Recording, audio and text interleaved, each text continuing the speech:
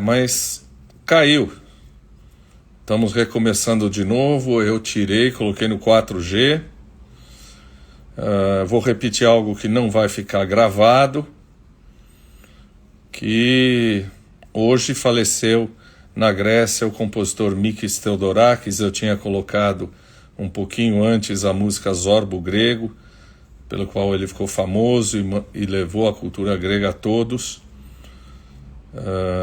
E hoje quando recebi a notícia no meio do consultório, eu confesso que eu tive que parar no intervalo, porque eu, sem vergonha alguma, eu comecei a chorar entre uma consulta e outra.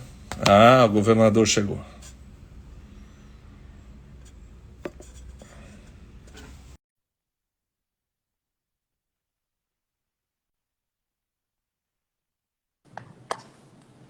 Governador, muito boa tarde. Boa tarde, é um prazer falar com você, com todos aqueles. Eu acho que é aí que está paralisado, não é? Aí tá ruim. Eu estou vendo o senhor congelado. Oi, alô, oi, agora tudo sim. bem? Tudo bem, agora voltamos. Sim. Governador, é um imenso prazer recebê-lo aqui. Eu queria agradecer muito a sua assessoria, a Carolina Ruda Botelho, que nos colocou em contato. O senhor não me conhece, então me sinto muito honrado que o senhor tenha aceito esse convite para conversar com a gente aqui. Eu que agradeço a gentileza do convite e a oportunidade. O governador Flávio Dino, bom, o senhor tem um currículo que parece daqueles professores titulares. Aliás, o senhor é um professor universitário, Lattes, né? Aqueles Lattes que não acabam mais. O senhor é advogado, o senhor é juiz, o senhor presidiu a Associação de Juízes do Brasil, o senhor foi ex-presidente da Embratur, o senhor tem uma carreira acadêmica, profissional muito grande. Quando eu começo a conversar com as pessoas, o senhor sabe que eu sou psiquiatra, então se prepara para alguma coisinha aí meio que eu vou lhe perguntar. Eu queria saber, já tem gente dizendo aqui que o senhor é futuro presidente do Brasil, mas isso eu vou te perguntar depois. Quando é que o senhor... Eu pergunto em geral para as pessoas um pouco do seu percurso, então eu queria lhe perguntar, quando é que o senhor entrou na política? Quais foram os cargos que o senhor foi galgando até se tornar governador do Maranhão? Eu ingressei na política partidária em 2006. Eu fui juiz federal de 1994 a 2006. Em 2006 eu pedi exoneração, renunciei à magistratura. Eu era juiz em Brasília, era secretário-geral do Conselho Nacional de Justiça. E aí saí do Conselho Nacional de Justiça e voltei para o Maranhão. E fui candidato a deputado federal, fui eleito na ocasião. E aí, depois disso, eu disputei, ao todo, 5 eleições. Ganhei 3, perdi 2. Então, está um prognóstico um pouquinho mais favorável. Eu disputei eleição para governador em 2010, perdi. Aí, depois, nós vencemos em 2014 e 2018. E foi assim que essa trajetória política foi feita aqui em favor da população do nosso estado.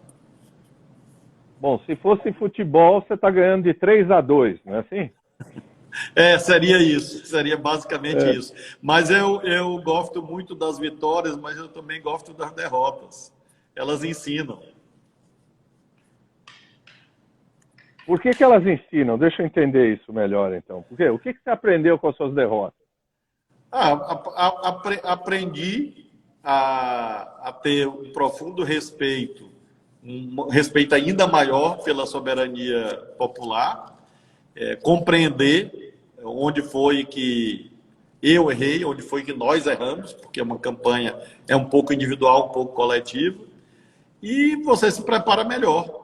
Eu acho que as derrotas ajudam a você se qualificar, se aprimorar, subjetivamente, assim, emocionalmente, eu diria, e também buscar mais conhecimento para poder ter uma atuação mais qualificada.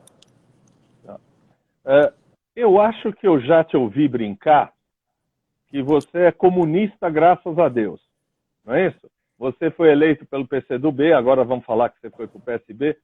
Onde é que fica o materialismo histórico quando você se diz católico? Como é que é esse negócio que eu não entendi ainda?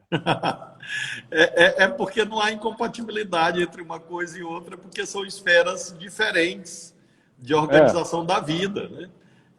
Um método de análise que você tem da vida em sociedade, que valoriza as contradições, valoriza o movimento, não é antinômico à ideia de que Deus existe, como de fato existe, e que há uma dimensão transcendente.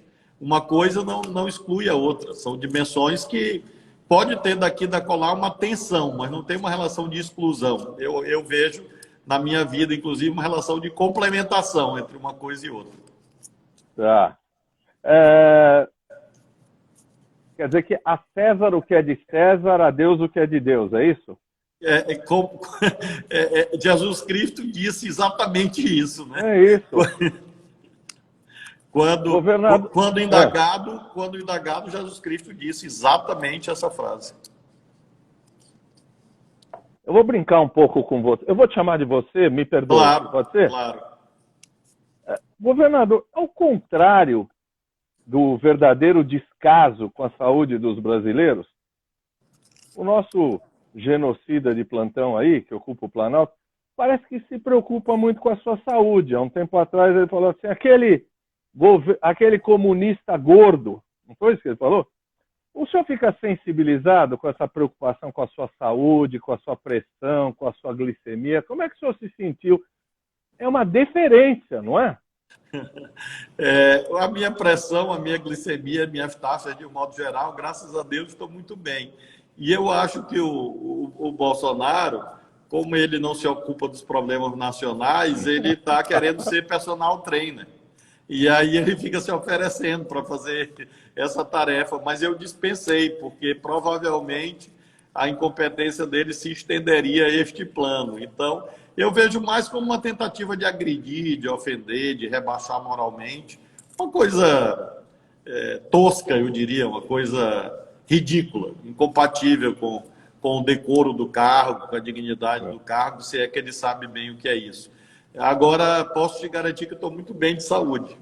Ótimo. O senhor está processando o Bolsonaro, é isso? Tem um processo seu contra ele? Eu tenho um processo por conta de uma fake news que ele fez aqui.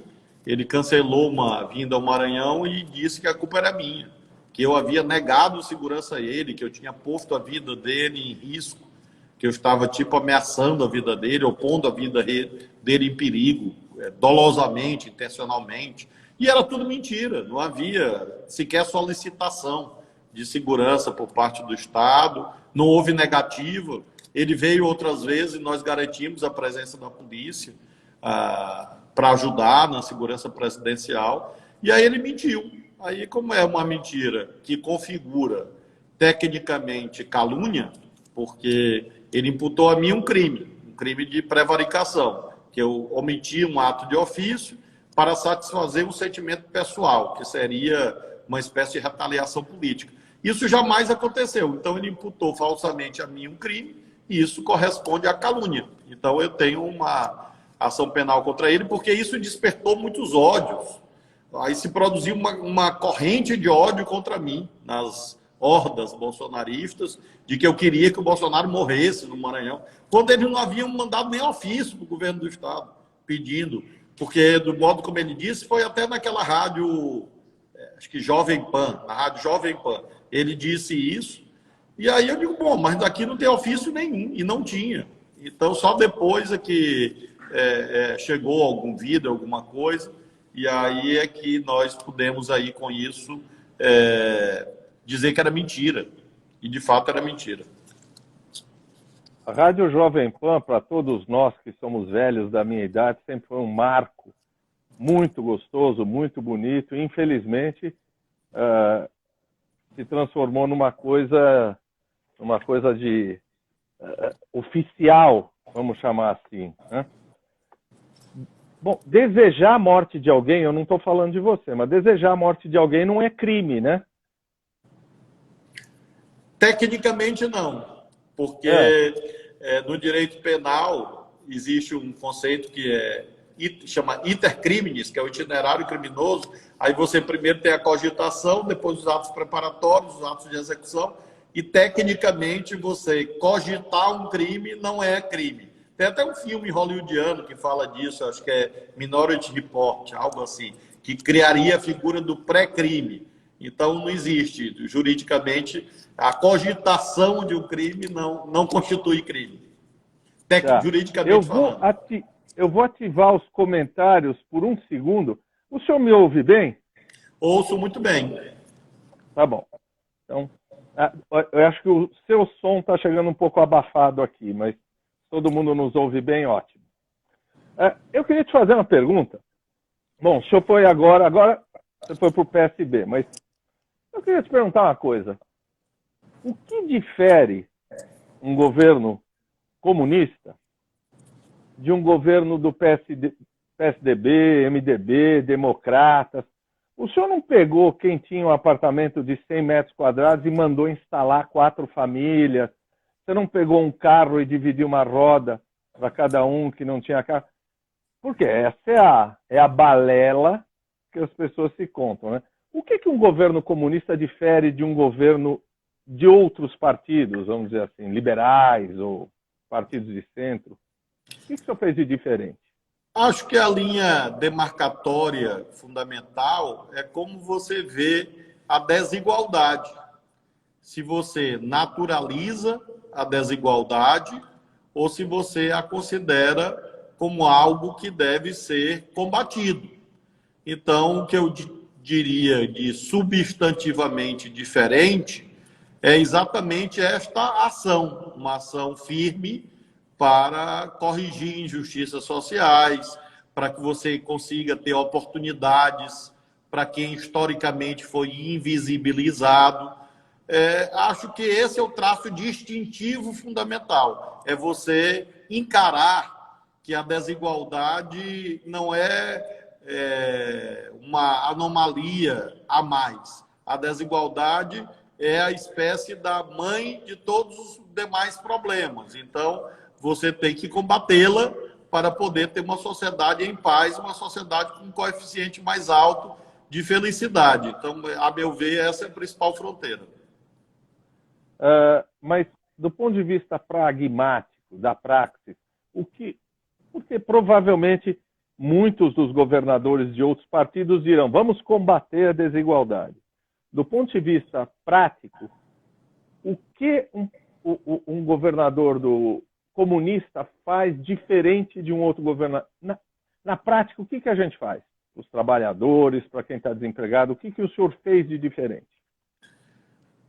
Evidentemente, no que se refere à relação capital-trabalho, não é um âmbito que esteja sob competência estadual. Essa questão é nacional. O que nós pudemos fazer e fizemos aqui no Maranhão, efetivamente, foi investir em serviços públicos. Acho que essa é a diferença prática. Serviço público, para alguns, deve ser fechado. Para alguns, o serviço público é uma espécie de mal necessário. Quer dizer, você admite que exista serviço público porque não há jeito. No nosso modelo de pensamento, não é isso.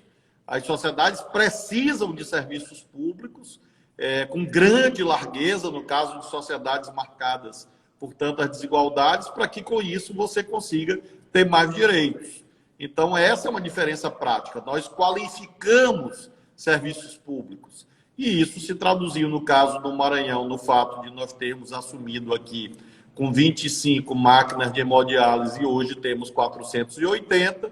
Nós temos assumido com 6 restaurantes populares e hoje nós temos 55. Nós temos assumido com 3 cidades do Maranhão com leitos estaduais de UTI e hoje são 20. Nós temos construído e reformado e reconstruído mais de 1.000 equipamentos educacionais, escolas, quadras, bibliotecas, ginásios esportivos, etc. Então, são diferenças práticas muito profundas na vida do povo, exatamente quando você não criminaliza o serviço público e o anima, o estimula, investe como um elemento impulsionador de processos sociais virtuosos. Eu sou professor aqui no HC, na USP, sou médico.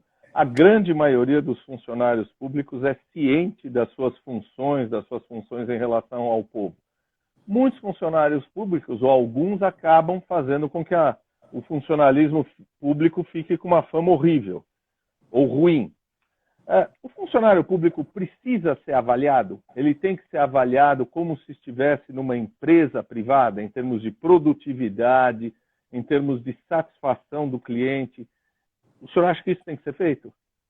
Avaliação, sim, certamente, e ampla. Avaliação pelos superiores hierárquicos, claro, e avaliação pelos usuários dos serviços públicos. Esse é um imperativo democrático. As redes sociais viabilizam muito isto, esses mecanismos de participação, de controle social, por exemplo, redes de ouvidorias, como nós fizemos aqui, uma rede eficiente de ouvidoria, é um mecanismo de avaliação de serviço público por parte dos usuários. Agora, não é a mesma coisa de uma empresa privada, porque a empresa privada visa ao lucro. Portanto, eu diria que o critério axiológico, o critério valorativo é diferente, mas a avaliação tem que ser feita. Tá. O senhor começou citando algo que, como médico, eu vi algumas coisas que o senhor fez aí e fiquei mais ainda seu admirador, porque o senhor conseguiu, num estado periférico, de um país periférico, ter uma taxa de mortalidade muito baixa no Brasil. O senhor conseguiu levar o combate à pandemia através de uma eficiência muito rara. Como é que o senhor conseguiu fazer isso com outros estados muito mais ricos não conseguindo? O que o senhor implantou e como é que foi a sua postura diante dessa pandemia? O primeiro aspecto foi e é levar a pandemia a sério, ou seja, encará-la como um desafio multidimensional e profundo. Isso exige que o governo, de modo coletivo, se volte para cuidar desse problema. Ou seja, ele aqui não foi um problema da Secretaria de Saúde, é um problema de todo o governo. Por exemplo, a Secretaria de Indústria e Comércio se engajou em conseguir doações de empresários, de empresas. Doaram equipamentos, doaram hospitais de campanha, assim sucessivamente. Eu estou dando um exemplo de tantos. A Secretaria de Agricultura se engajou em comprar produtos da agricultura familiar para fazer 600 mil cestas básicas, que vem a ser, a estas alturas, 4.500 toneladas aproximadamente de alimentos que nós distribuímos. Então, o segundo elemento é esse. O primeiro, levar o coronavírus a sério. O segundo, engajamento coletivo do governo. O terceiro, o governador no comando cotidiano das ações, aproximando os níveis gerenciais entre a gestão mais elevada e o nível operacional, aproximar isso para dar mais velocidade na resposta. Em quarto lugar, uma equipe motivada, uma equipe muito motivada, muito engajada, com comando direto da nossa equipe de direção da Secretaria de Saúde, visitando as unidades, motivando, com um comitê de gestão reunido todo dia, com um comitê de infectologista reunido comigo, com o governador. Então, eu acho que foi um conjunto, na verdade, tem sido um conjunto, o maior desafio profissional da minha vida, mas eu acho que essas medidas de gestão foram decisivas. Mas o senhor também investiu muito em equipamento hospitalar, não foi? Em UTI, unidades hospitalares. O que o senhor mudou o sistema de saúde do Maranhão diante dessa emergência? Nós fizemos uma opção por ampliar ou abrir unidades definitivas. Então, quando janeiro, fevereiro de 20, se colocou o diagnóstico da chegada do vírus ao Brasil, quer dizer, a previsão, nós começamos a fazer muitas obras, e acho que isso foi decisivo. O hospital de campanha aqui foi subsidiário, foi uma coisa assim, complementar. Não foi a estratégia principal. Nós investimos em obras. E já havíamos investido desde 2015. Então, nós abrimos, se nós computarmos, hospitais, maternidades, policlínicas, nós estamos falando de 30 novas unidades abertas no nosso governo, entre hospitais regionais, policlínicas, maternidades, hospitais da criança, e tudo isso se voltou para o coronavírus. E isso fez muita diferença, o fato de nós não termos tido nenhum colapso hospitalar durante essa longa pandemia.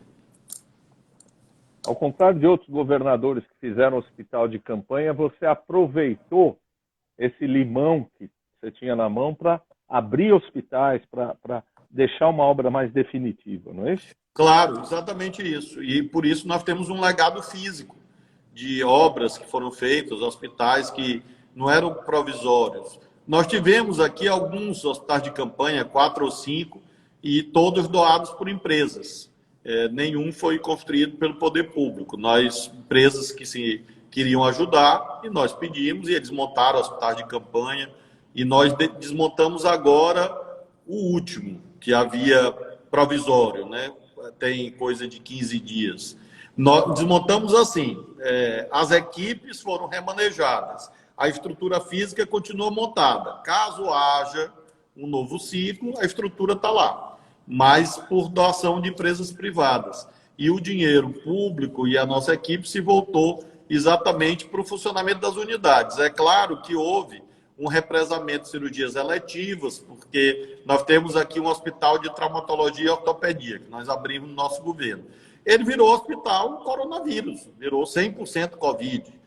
Nós chegamos a ter lá 20 leitos de UTI, que nós temos lá, permanente, para as cirurgias da área, e foram 20 leitos que viraram Covid. Nós temos um grande hospital aqui de referência para cirurgias, virou 100% Covid. Então, essa estrutura física foi toda usada para o Covid e agora nós estamos lidando com a temática das cirurgias eletivas, que ficaram represadas durante esse período, infelizmente. Eu acho que nunca no Brasil homens tão grandemente incompetentes formaram o ministério como é formado hoje. O Ministério da Educação começa com um camarada que fala mal do STF e é premiado indo para Nova York. E aí vai sucedendo e chega esse ministro agora, que diz que crianças especiais atrapalham a escola. Mas nenhum deles encampou a orientação. O que se faz para voltar às aulas, as políticas de educação, isso você encampou, não foi? Eu vi coisas suas determinando isso também. Nós, desde abril de 20, nos dedicamos a isso, porque é um dos passivos da pandemia, a queda da aprendizagem. Então, quando a pandemia começou, que nós tivemos que interromper as escolas aqui no final de março, e aí nós fizemos aulas em rádio. Nós temos uma rádio pública, então, rádio aulas, professores gravando aulas para as rádios. Depois nós levamos isso para TV. Nós alugamos um canal de TV, canal aberto, e montamos a TV Educação, que está no ar até hoje. Aí montamos uma plataforma na internet chamada Plataforma Gonçalves Dias, que hoje tem milhares de videoaulas, apostilas, enfim. Aí nós verificamos a dificuldade dos estudantes, aí nós compramos chips de acesso à internet. Isso tudo em 2020. Nós fomos aprendendo com esse processo e sempre investindo. E por isso as nossas escolas nunca pararam, no ensino médio. E mantivemos o ano letivo e agora estamos retomando. Conseguimos vacinar os trabalhadores profissionais da educação com 2 doses e retomamos agora, no mês de agosto, no sistema híbrido, presencial e não presencial, em face do avanço da vacinação. Uma outra coisa que eu vou lhe confessar, me comoveu muito, porque quem está vendo o que acontece na saúde pública fica muito mal com tudo que a gente está atravessando. E recentemente a gente tem discutido muito na universidade as síndromes pós-Covid. Né? Aquela história de que não, já foi vacinado, olha o Brasil como um monte de gente já teve, não tem nada, e não é assim. Né? Tem 1/4 das pessoas que não tem um restitutio ad integrum. Vai ter outras complicações clínicas, como psiquiatra, eu vejo um monte de síndromes pós-Covid. Eu soube que o senhor tem uma rede Cuidar, não é isso? Você implantou uma rede Cuidar no Maranhão, que é para pós-Covid.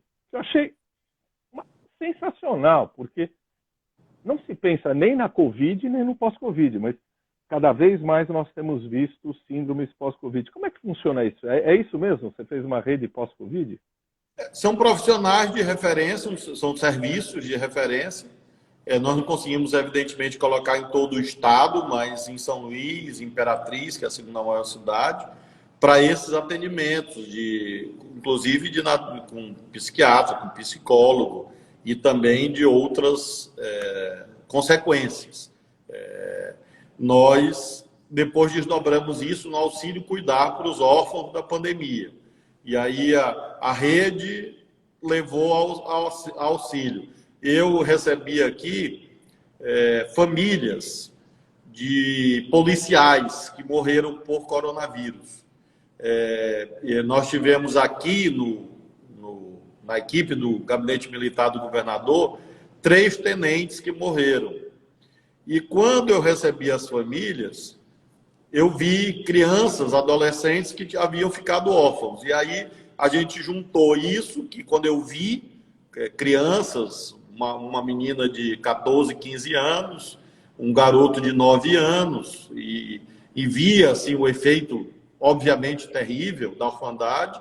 E aí a gente começou a ver também na rede Cuidar esses casos aparecendo, porque no início, lá no início, a mortalidade eram muitos idosos, bem idosos. Meu pai mesmo, infelizmente, morreu de coronavírus, aos 88 anos. E eu me sinto, e sou efetivamente órfão, apesar de ter 53, mas a orfandade é um sentimento que não tem idade. Mas depois, com o avançar da pandemia, são pais e mães jovens, de 40, 50 anos, que normalmente estão exatamente formando suas famílias, de jovens, adolescentes, e aí nasceu o auxílio Cuidar. Então, realmente... E agora virou uma política, TAC, de todo o Nordeste.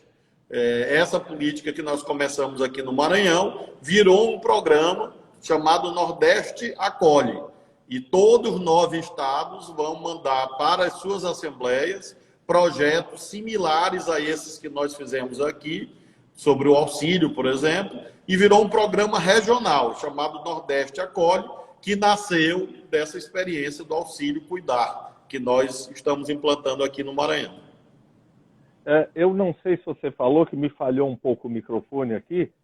Essas crianças receberão R$500 até a maioridade? Não sei se você falou, é isso mesmo? Isso, exato, porque provavelmente essas crianças vão passar a viver com tios, com tias, com padrinhos, madrinhas, com os avós, e, portanto, haverá famílias substitutas. Então, com esta crise dramática que o Brasil vive, gás de cozinha aumentando, alimentos, imagine uma família que já vive com dificuldades, ainda receber e acolher 2 ou 3 crianças, ou um adolescente e uma criança. Então, enquanto eles estiverem nessa fase até a maioridade, é um auxílio de R$500 por mês. O pagamento começa agora, nesse mês de setembro. Nós votamos a lei já e já vão começar as inscrições no caso do Maranhão. Os outros estados ainda estão debatendo a lei nas suas assembleias. essa é a continuação da pergunta que eu te fiz, porque um governo comunista é diferente de um governo neoliberal, não é? Sem dúvida. Eu acho que tem uma frase, Taki, que eu brinco que é frase de para-choque de caminhão, mas eu gosto de repetir que o coração fica do lado esquerdo do peito. E é vermelho. E é vermelho. É. Eu soube recentemente que quando o ex-presidente Lula foi visitar o Maranhão, esteve com você, eu soube que você conversou com ele sobre segurança, sobre risco de atentado. Você acha viável que possa ocorrer algum atentado, alguma coisa com o ex-presidente Lula daqui até a eleição? Tá, que já houve atentado. Lembremos que houve uma caravana para o sul do país, em que houve tiros, inclusive, no ônibus, e atentado a pedras, pauladas. Então, nós vivemos um período de muita violência política no nosso país, de muito ódio, de muito ódio o tempo todo. E aí eu fico realmente receoso do que vai acontecer até 7 de setembro de 2022. Porque nós já estamos em 2021, já está nessa situação, imagine em 22. Eu ia te perguntar isso, quer dizer, alguns estados, eu não sei se isso é uma política nacional, proibiram as manifestações contra o Bolsonaro no mesmo dia 7 de setembro. Eu entendi que isso é uma atitude inteligente para evitar o confronto.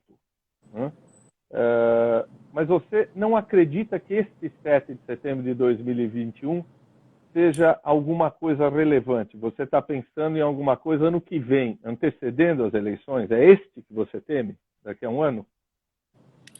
Eu considero que é uma escalada. Uma passo a passo, a violência política vai se tornando um método dessa direita extremista. Então, 7 de setembro de 2021 já é revelador de um profundo desespero do Bolsonaro e os que lhe são mais próximos. Eu fico a imaginar o que ocorrerá nos próximos meses e mesmo simbolicamente no 7 de setembro de 2022, que deveria ser uma data de festa cívica. Eu espero que assim seja, 200 anos da independência jurídica do Brasil, e podemos ter, ao contrário, um momento de muita conflagração no nosso país por conta deste ódio que vem sendo destilado, vem sendo assolado em todo momento na sociedade. O Estadão, aqui de São Paulo, tem uma manchete hoje: adesão da PM ao bolsonarismo radical cresce nas redes sociais. As polícias militares, polícias civis, respondem ao governador, não é isso? Aqui em São Paulo já houve, não sei se foi exoneração ou um coronel saiu da ativa, que estava convocando um monte de militares para uma manifestação no 7 de setembro. Você acha que a gente corre risco desse vírus bolsonarista impregnar as polícias militares e as polícias estaduais? Como é que você, como governador, diz assim, aqui não vai acontecer? Eu creio que há uma distinção, tá, que é importante. Uma coisa maior, mais ampla, são os policiais que votam no Bolsonaro. Em relação a isso, não há nenhum problema, é um direito votar em quem quiser. A outra coisa, mais estreita, menor, é o contingente que quer transformar a polícia em milícia, quer transformar a polícia num bando armado voltado a praticar crimes contra a democracia, crimes contra a existência da Constituição.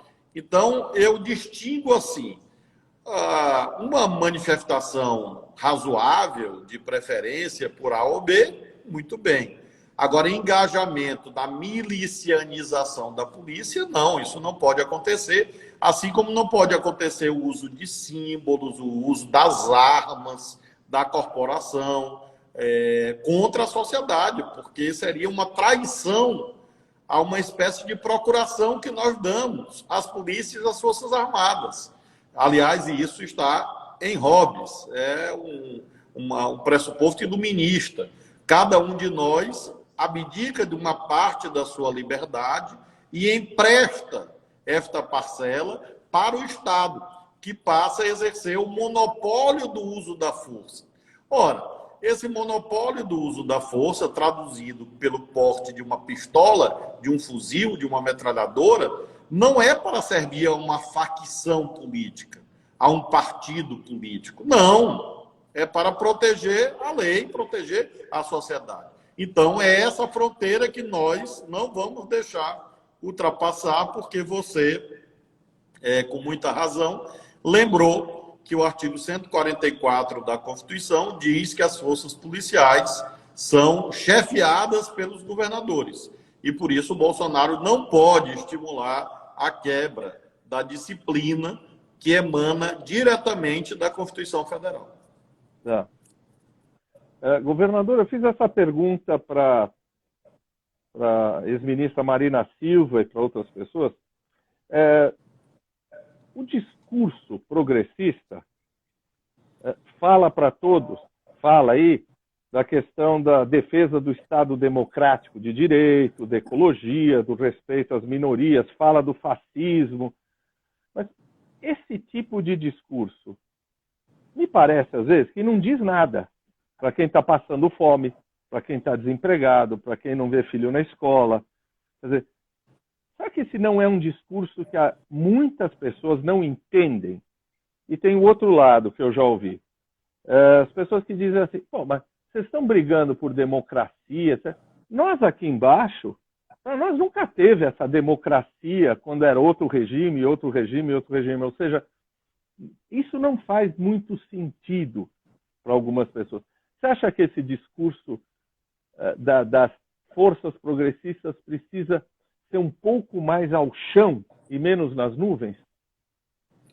É preciso conectar esse debate institucional com o cotidiano, com a realidade do dia a dia do povo.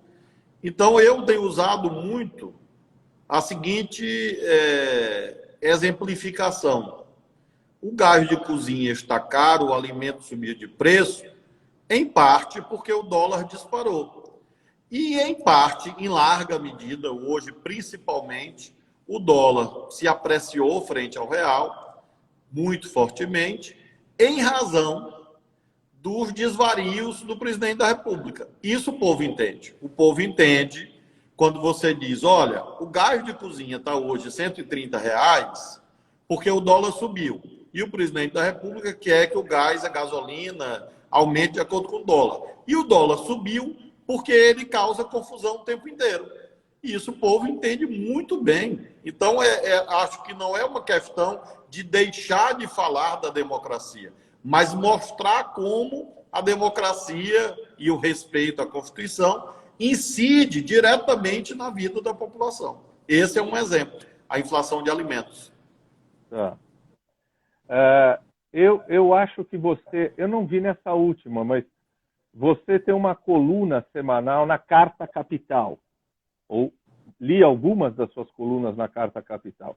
E sei que o Maranhão tem pouco mais de 30% a seu oeste de floresta amazônica, né? Não sei se é 34% ou 35%. E vejo em você uma grande preocupação com a questão da Amazônia.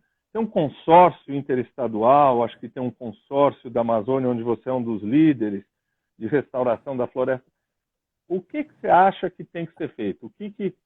O que os governadores, ou sei lá, que outras instâncias não federais devem fazer com o que está acontecendo com a Amazônia? Existe, de fato, um fórum de governadores da Amazônia, o Maranhão integra o Nordeste e integra a Amazônia ao mesmo tempo. por uma definição legal, a chamada Amazônia, a região da Amazônia é maior do que a região norte.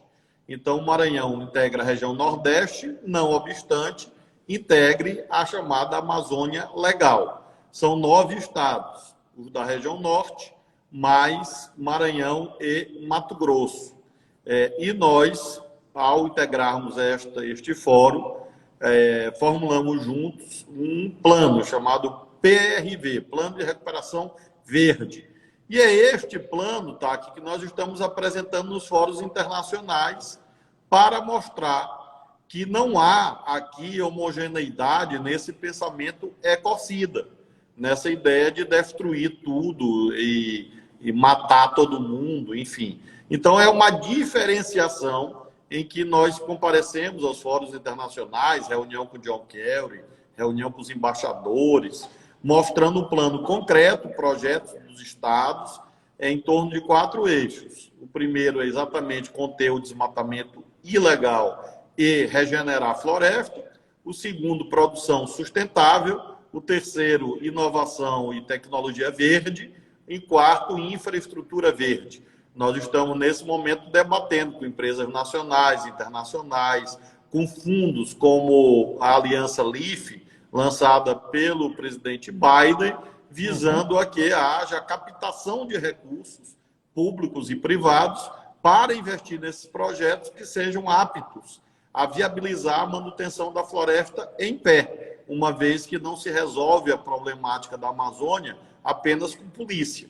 É claro que precisa de polícia para aqueles que praticam crimes, mas, sobretudo, temos que lembrar que são 30 milhões de pessoas que precisam viver. E a floresta em pé, longe de ser um obstáculo, deve ser vista como uma premissa, deve ser vista como um ativo estratégico, ativo econômico, que você pode, inclusive, estruturar cadeias da chamada economia verde ou da bioeconomia e, com isso, fazer com que haja a melhor compatibilidade entre as necessidades sociais e a manutenção da floresta em pé na Amazônia brasileira.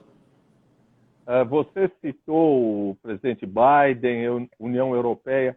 Estes órgãos e essas pessoas reconhecem governadores como interlocutores? Quer dizer, não mais o governo federal, mas governadores e outras instâncias como interlocutores adequados? Eu não diria que há uma exclusão ou uma substituição. Sai o governo federal e entra os governos estaduais. Isso não. Até porque acho que seria errado que isso ocorresse. O que eu diria é que há uma compreensão que são instâncias diferentes. E sim, tem reconhecido, por exemplo, o secretário John Kerry, que é o designado pelo Biden para conduzir a temática ambiental, reuniu com os governadores. Não com todos, com alguns. Estávamos eu, o governador do Espírito Santo, governador do Rio Grande do Sul, governador do Pará e mais alguns, governador de São Paulo, e nós apresentamos ali para o Kerry a nossa visão dos estados. Tenho participado de muitas reuniões com embaixadores de vários países, de integrantes também de empresas privadas, fóruns globais, e sempre apresentando essa visão de que a sustentabilidade ambiental deve andar de mãos dadas com a sustentabilidade social como um caminho para a economia verde ser vitoriosa. Governador, muito tem se falado de uma terceira via, uma terceira alternativa aí, né? Eu fico pensando, essa história de terceira via não é um realinhamento do grande capital, dos bancos, do empresariado nacional que apoiou, quase que eu falo o nome dele, o nefasto, e que agora busca um candidato de direita ou neoliberal que tenha um pouco de cérebro, que seja mais limpinho, que tenha feito um rápido curso de etiqueta, pelo menos, que se apresente um pouco melhor. Você acha que é uma tentativa para colocar uma terceira via que, na verdade, é uma via neoliberal? É só saltar do barco do Bolsonaro? Acho que pode ser isso também, mas não só. Eu acho que nós temos que enxergar as várias contradições e nuances que há na vida. Então, eu não posso dizer que a atitude de um governador desse chamado centro, na pandemia, foi igual ao do Bolsonaro. Não seria uma coisa justa, não seria uma coisa correta, fiel à verdade. Então, acho que há contradições, há nuances que justificam, sim, o surgimento de outras alternativas. Eu não integro nenhum tipo de terceira via, eu tenho um campo político bem delimitado, situado no âmbito do pensamento progressista brasileiro. Agora, eu me classifico, tá, aqui como uma espécie de torcedor da terceira via. Eu quero que ela exista. Acho que é bom para o Brasil, inclusive para enfraquecer o fascismo, enfraquecer a extrema-direita. Esse é um debate bem antigo assim, no mundo. Na Alemanha dos anos 30, houve esse mesmo debate político. E qual o papel do centro diante do fascismo. E eu creio que é importante, sim, que haja essa distinção e essa separação, porque no segundo turno de 2018 se juntou todo mundo em torno do Bolsonaro para derrotar o Haddad. Nós perdemos a eleição. Então, haver uma desvinculação desse bloco é bom, é positivo, inclusive, para o pensamento progressista no Brasil. Isso remonta desde o período do Getúlio Vargas até, se você pegar a composição da Constituinte. Por exemplo, grande parte da Constituição foi apoiada, aprovada, em razão das posições de líderes como Ulisses Guimarães e Mário Covas, por exemplo, que não eram de partidos de esquerda na ocasião, eles eram do MDB e ajudaram o nosso campo político em temas fundamentais. Então, acho que existia um centro, assim, mesmo que filiado ao liberalismo econômico, com o qual, obviamente, eu não concordo, ele é útil, é algo útil para o Brasil. Você é muito mais delicado do que eu, mas o que eu vejo é esses ex-bolsominions aí. Não, eu estou arrependido porque eu estou vendo o que ele fez. Não precisava ser psiquiatra para ouvir os discursos prévios dele à eleição. Quer dizer, todo mundo já sabia quem ele era, né? Eu acho que isso mostra uma falta de verdade consigo mesmo. Eu queria te perguntar uma coisa. Por que você saiu do PCdoB e você foi para o PSB? É por causa dessas novas cláusulas, das novas leis eleitorais? Sobretudo por isso. Nós temos restrições muito profundas ao funcionamento hoje de muitos partidos no Brasil. Nós temos uma tendência fortíssima de redução do número de partidos. E eu acho que o PSB pode ser o núcleo de uma frente política que reorganize, ajude a reorganizar a esquerda.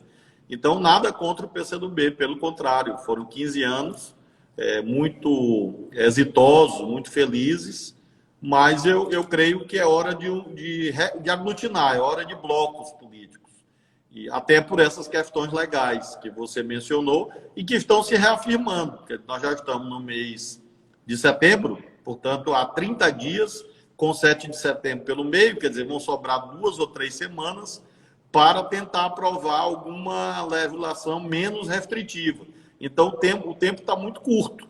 Então, eu acho que haverá, sim, um movimento de formação de blocos, de frentes políticas, de federações partidárias, e essa foi a razão principal de eu ter feito essa opção nesse momento. Tá.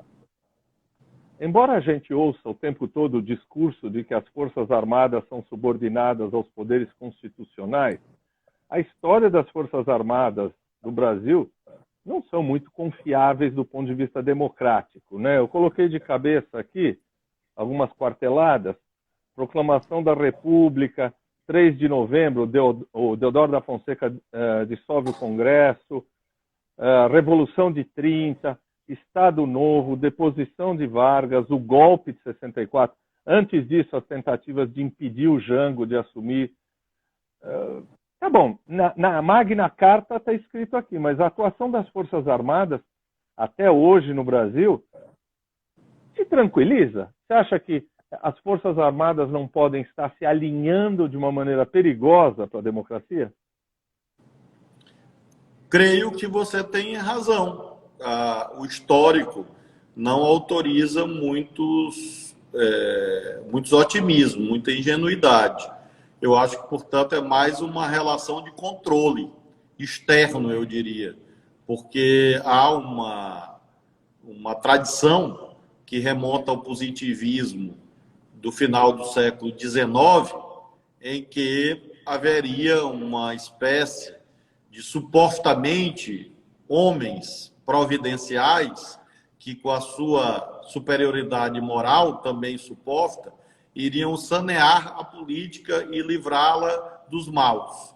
E é essa doutrina positivista que impregnou muito fortemente as Forças Armadas do Brasil. Depois isto foi desdobrado em face da Guerra Fria e da doutrina da segurança nacional, que levou à construção da tese esdrúxula do inimigo interno.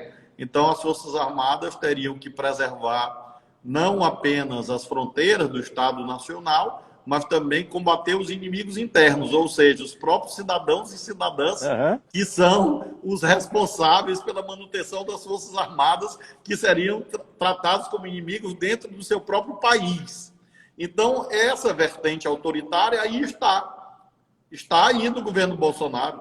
Então, eu considero assim que nós devemos ter otimismo, esperança, mas não idealismo no sentido filosófico, idealismo no sentido de ignorar as condições históricas concretas. Então, eu acho que o Bolsonaro e esse círculo mais golpista que o cerca, inclusive nas Forças Armadas, lamentavelmente, deve ser contido, porque convencido é mais difícil. Eu diria que está no DNA dessa gente uma vocação autoritária, ditatorial. Eu tenho ouvido muito, aliás, todo dia, os governadores propõem um diálogo com o presidente. O ministro Fux chama o legislativo e propõe um diálogo com o executivo. Talvez a minha leitura superficial seja assim: que diálogo? Esse cara não quer diálogo com absolutamente ninguém. Quer dizer, isso parece um conto da carochinha. Ou a proposta de diálogo é simplesmente para mostrar que o outro lado não quer jogar? Eu creio que vai por aí, tá? Que eu não vejo realmente no Bolsonaro. Agora, mais uma vez, nós fizemos uma reunião de governadores e surgiu isto. Havia uma proposta de divulgar uma nota alertando, uma carta dos governadores sobre essa temática das polícias, do 7 de setembro. E aí alguns colegas disseram: não, vamos convidar o Bolsonaro para uma reunião. Eu fui o primeiro a concordar, inclusive porque eu sabia que ele não ia querer. Então, agora, na próxima reunião dos governadores, na abertura, eu vou dizer: pessoal, e aí o Bolsonaro nunca respondeu. Então, ele nunca respondeu o ofício dos governadores que o convidavam para uma reunião do Fórum Nacional. Aliás, ele é o primeiro presidente da República a tratar tão mal os governadores. Até o Figueiredo, o último presidente da ditadura, tinha mais respeito pelos governadores eleitos. Franco Montoro, em São Paulo, Brizola, no Rio, Tancredo Neves, em Minas, e assim sucessivamente. O Figueiredo lidava, reunia com eles, e eles eram oposição ao governo federal. O Bolsonaro é pior do que o Figueiredo. Essa é a terrível conclusão a que nós chegamos. De modo que eu realmente não acredito que o diálogo venha a ocorrer. Mas nós temos que sempre mostrar que essa postura odienta parte exatamente do extremismo do presidente da República. Se a memória não me falha, se a citação não me falha, o presidente Figueiredo, o general Figueiredo, disse que preferia o cheiro de cavalo ao cheiro de polvo. Né? Bolsonaro consegue ser pior do que isso, né? É claro, eu não estou longe de mim defender o Figueiredo, né? É exatamente mostrar o quão absurdo é o Bolsonaro. Quer dizer, ele consegue ser pior e ele está aqui hoje no panteão dos piores governantes da história da humanidade. O Bolsonaro, daqui a alguns anos, estará junto com Hitler, com Mussolini e outros ditadores de várias extrações. Então, é realmente uma página de trevas que nós estamos vivendo, ao ponto de nós termos que dizer isso, que o Figueiredo tinha mais respeito pelo Brizola, sendo um general ditador, que não foi eleito, do que o capitão que, infelizmente, foi eleito. Ainda que em eleições questionáveis, há um debate no Tribunal Superior Eleitoral, mas ele deveria respeitar os governadores eleitos. E nem isso, nem isso. Então, ele está no patamar mais baixo do que os ditadores que houve na história brasileira. Nós passamos um pouquinho, mas eu só queria lhe fazer uma última pergunta, então, agradecendo a sua generosidade. Como psiquiatra, às vezes eu pergunto para o meu paciente, vamos pensar um pouquinho no seu projeto para daqui a 2 anos, para daqui a 3 anos. Daqui a 2 anos, se eu for entrevistá-lo, governador, eu vou chamá-lo de senador, de vice-presidente ou até de presidente. Qual é o teu vislumbre para daqui a 2 ou 3 anos? Bom, o mais provável é que eu seja candidato ao Senado. E eu espero que seja eleito. Se eu for eleito, eu serei senador. Se eu não for, serei professor, que é o que eu sou. Então, eu diria que as hipóteses mais prováveis são essas. Eu acho que a dualidade é por aí. Provavelmente serei candidato ao Senado e sendo eleito, se Deus quiser, senador.